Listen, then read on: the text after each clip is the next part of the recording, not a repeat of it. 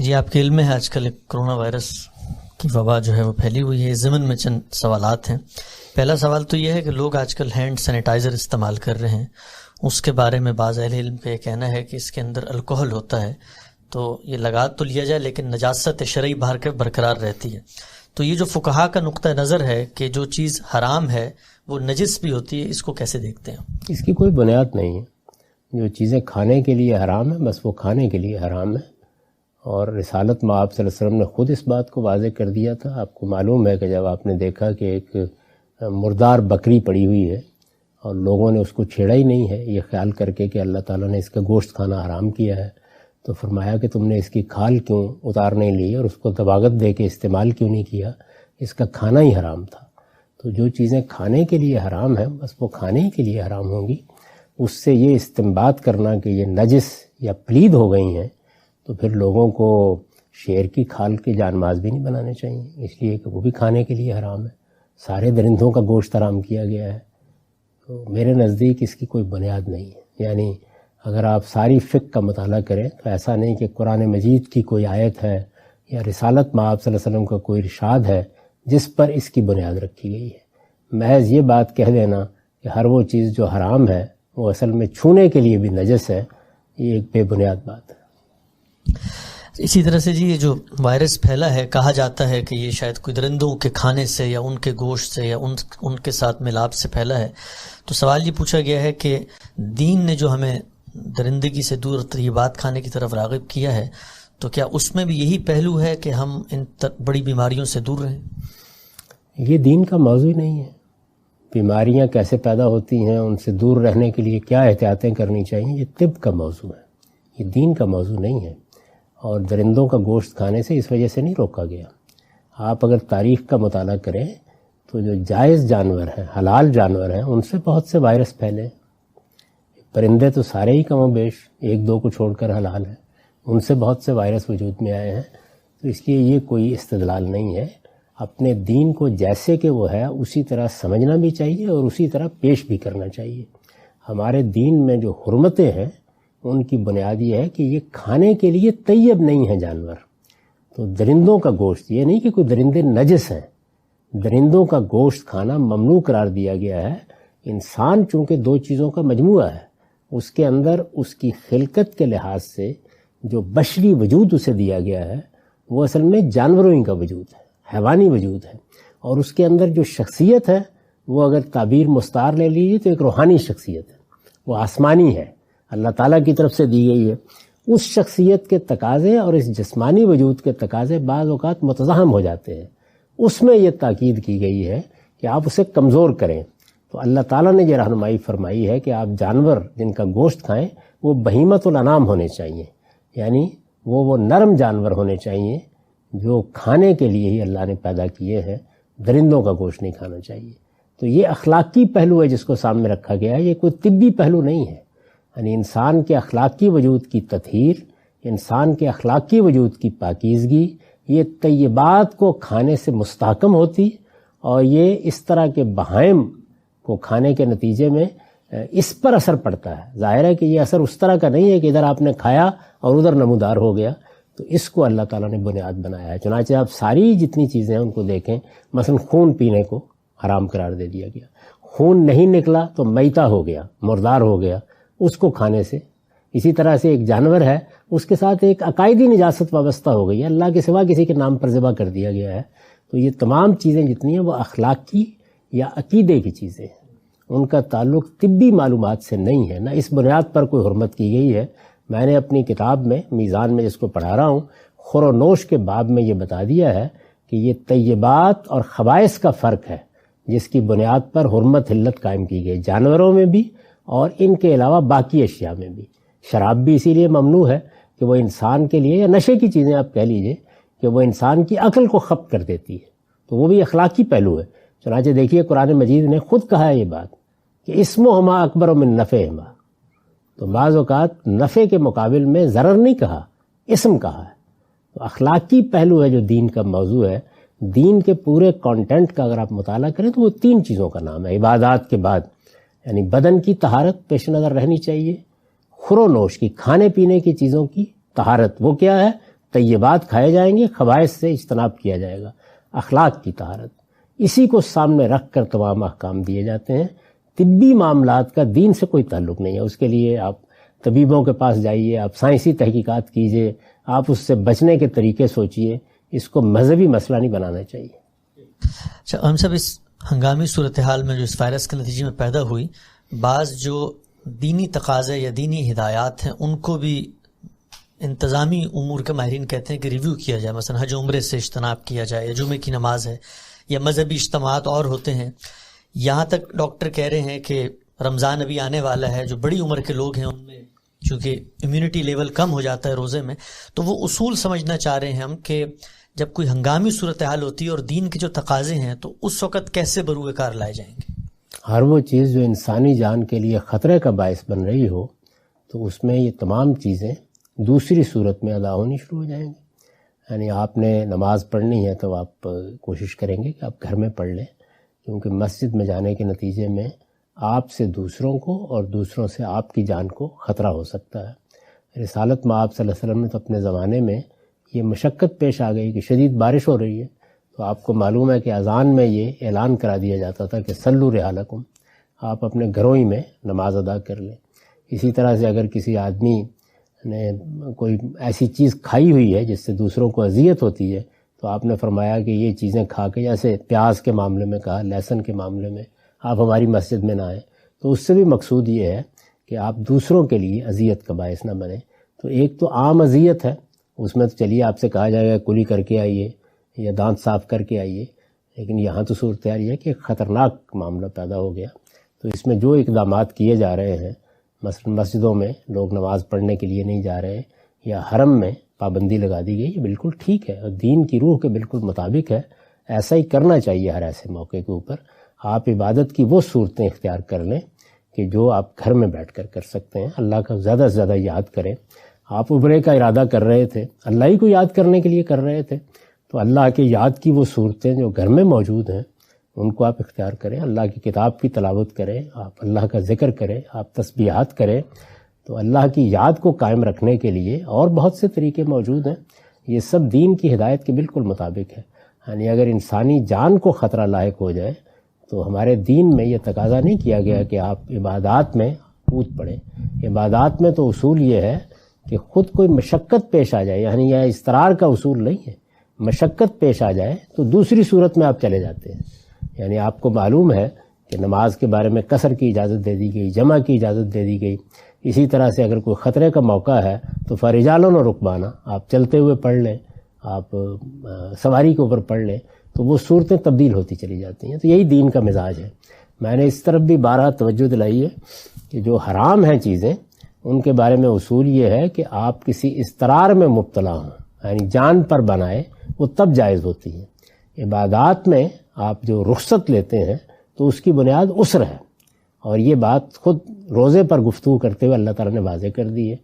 تو اگر روزے کے معاملے میں، نماز کے معاملے میں، حج و عمرہ کے معاملے میں ایسی کوئی چیز پیش آئے گی تو اللہ تعالیٰ ہی نے ہمیں ہدایت کی ہے کہ آپ دوسری صورت میں چلے جائیں گے۔ یہ جو صورتحال پیدا ہوئی ہے کرونا وائرس سے، تو اس میں دو رویے ہیں جو سامنے آ رہے ہیں۔ ایک یہ ہے کہ جو مذہبی لوگ ہیں وہ اس کو خدا کی آزمائش قرار دے کے لوگوں کو اللہ کی طرف رجوع کرنے کی طرف مائل کر رہے ہیں، اور جو غیر مذہبی لوگ ہیں وہ اس کا سائنسی طور پہ ایجاد، اس کا جو کیور ہے اس کو تلاش کرنے میں محنت صرف کر رہے ہیں۔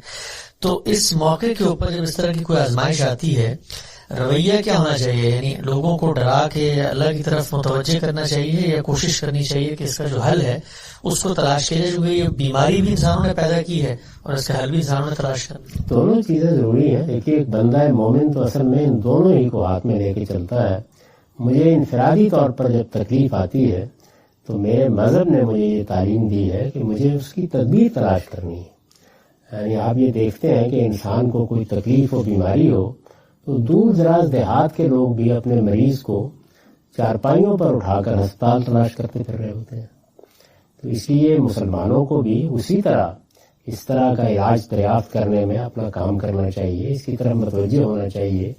جو چیزیں دریافت ہو جائیں ان کو ایک تدبیر کے طور پر اختیار کرنا چاہیے۔ یہ چیز خود ہمارے مذہب کی سکھائی ہوئی ہے۔ یعنی ہم کسی ایسے مذہب کے ماننے والے نہیں ہیں کہ جو کوئی جادو منتر کی قسم کی چیزیں سکھاتا ہو. مجھے نہیں معلوم کہ جو لوگ اس معاملے میں اپنا نقطہ نظر مذہب پر تنقید میں بیان کرتے ہیں انہوں نے یہ چیز کہاں سے سنی اور پڑھی ہے. قرآن مجید، رسالت مآب صلی اللہ علیہ وسلم کی تعلیمات، یہ سب اس سے بالکل خالی ہیں. یعنی ہم تو بالکل سائنسی ذہن رکھنے والے لوگ ہیں.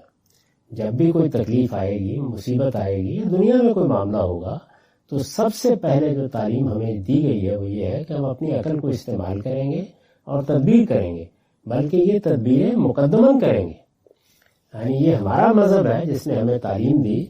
آپ سورہ یوسف میں دیکھیے کہ وہاں یہ ہدایت کی گئی کہ ایک قحط آنے والا ہے، ابھی آنے والا ہے، تو اس کے لیے خواب دکھایا گیا کہ یہ اہتمام کرنا ہے. خدا کے ایک پیغمبر نے وہ تدبیر دی، غلہ محفوظ کیا گیا. یہ جتنا کام ہے اس میں کوئی دعا نہیں کی گئی محض، یا کوئی جنتر منتر نہیں کیا گیا، کوئی جادو نہیں کیا گیا، بلکہ وہ تدابیر بتائی گئی ہیں کہ یہ کرنی ہے. تو یہ تدابیر جو ہے یہ ہمارے مذہبی علم کا حصہ ہے، ہمارے مذہبی شعور کا حصہ ہے.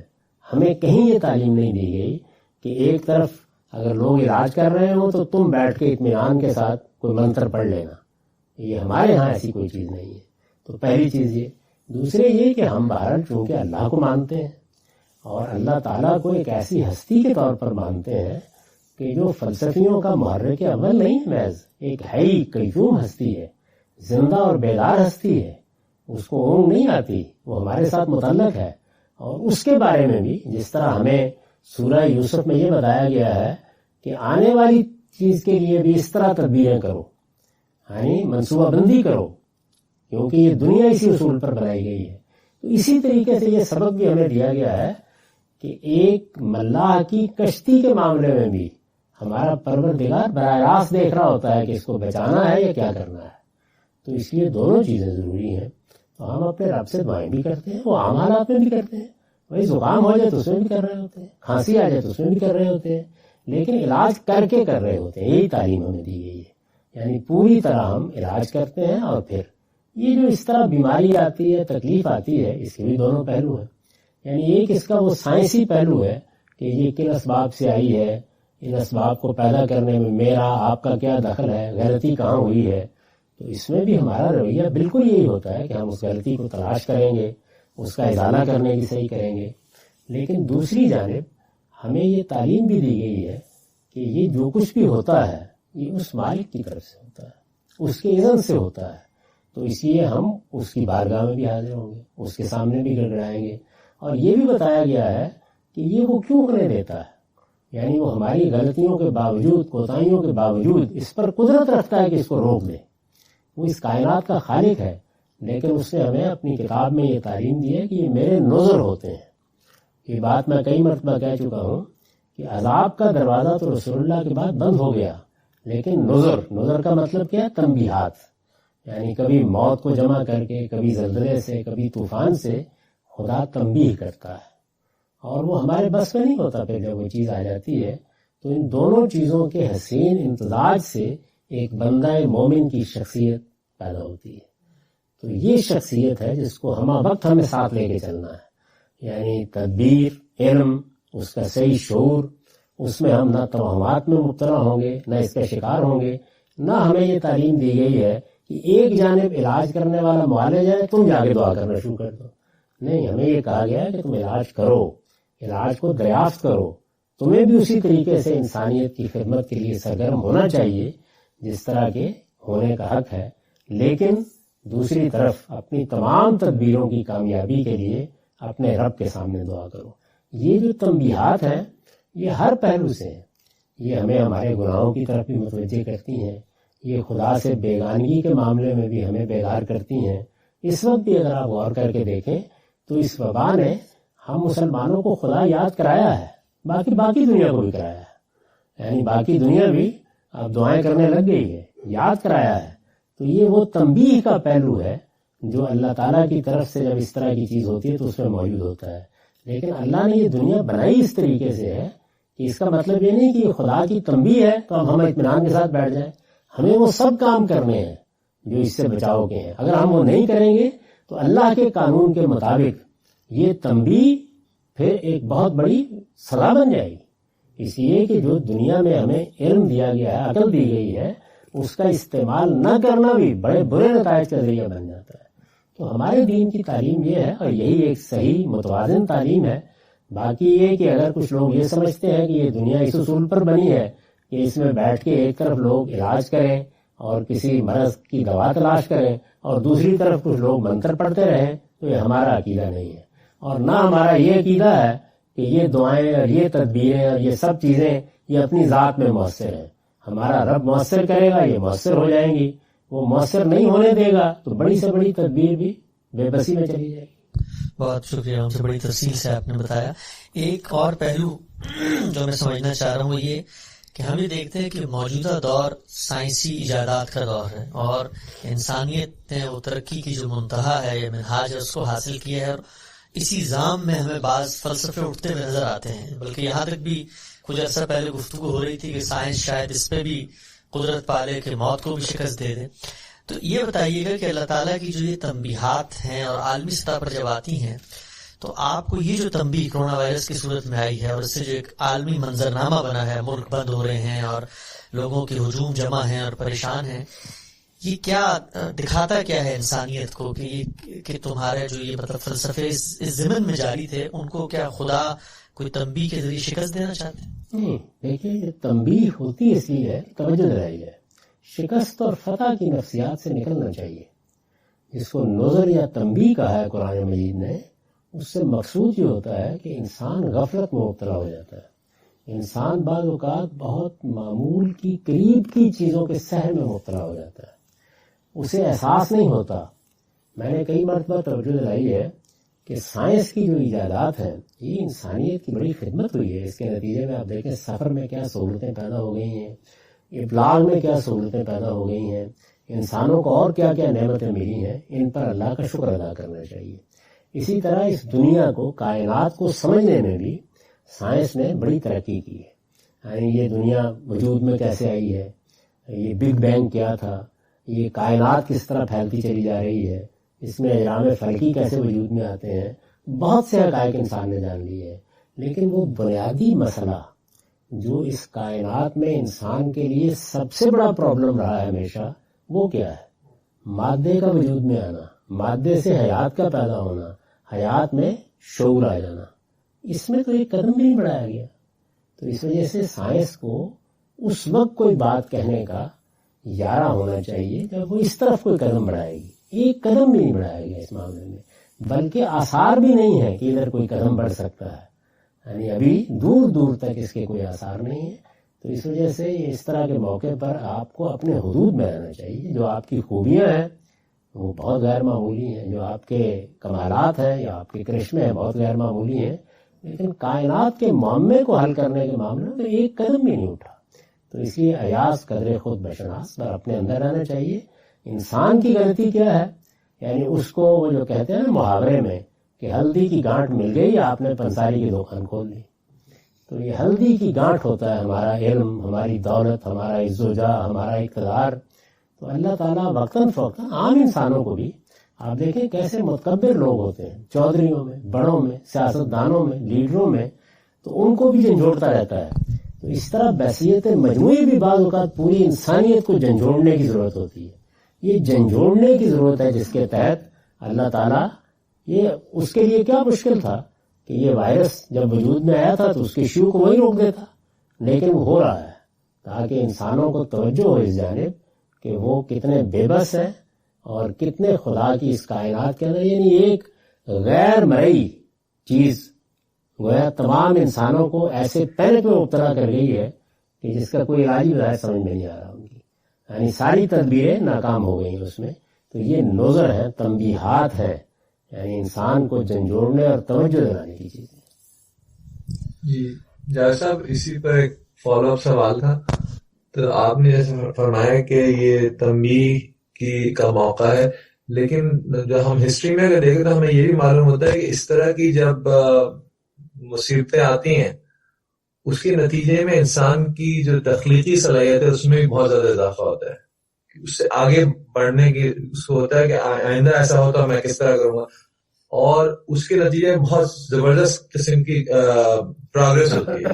تو ہم اس کو اس طرح بھی لے سکتے ہیں، مطلب ابھی تو آبویسلی ہم اس سے گزر رہے ہیں، اس میں صحت اور جان کا نقصان ہونے کا خدشہ ہے، لیکن اس طرح کے جب بھی مواقع آتے ہیں اس کے بعد ساری دنیا کے جو برینز ہوتے ہیں وہ مل کے بیٹھتے ہیں اور اس کی چیزوں کا حل نکالتے ہیں. تو اس کے بارے میں آپ کیا فرمائیں گے؟ میں تو اس کو دونوں پہلوؤں سے تنبیہ سمجھتا ہوں. یعنی یہ اس لحاظ سے بھی تنبیہ ہے کہ انسان اپنے خالق کو پہچانے اور خدا کے مقابلے میں سرکشی اختیار نہ کرے، اور اس لحاظ سے بھی تنبیہ ہے کہ یہ دنیا اس طرح نہیں بنائی ہے کہ تم نے ترقی کر لی ہے تو اب سو جاؤ. یعنی اس میں ہر لحظے ایک چیلنج موجود ہے. تو اس وجہ سے یہ علم کے لیے بھی گویا ایک تنبیہ بن جاتی ہے. اس کے نتیجے میں انسان بیدار ہوتا ہے، نئے حل سوچتا ہے، نئی راہیں تلاش کرتا ہے. اللہ تعالیٰ نے دنیا اگر اس طرح کی نہ بنائی ہوتی، جہاز وہاز بنا کے ہی آپ کو پیدا کر دیا ہوتا، تو انسان کے کمالات کا اس طرح ظہور نہ ہوتا. تو یہ دونوں پہلوؤں سے تنبیہ بن جاتی ہے.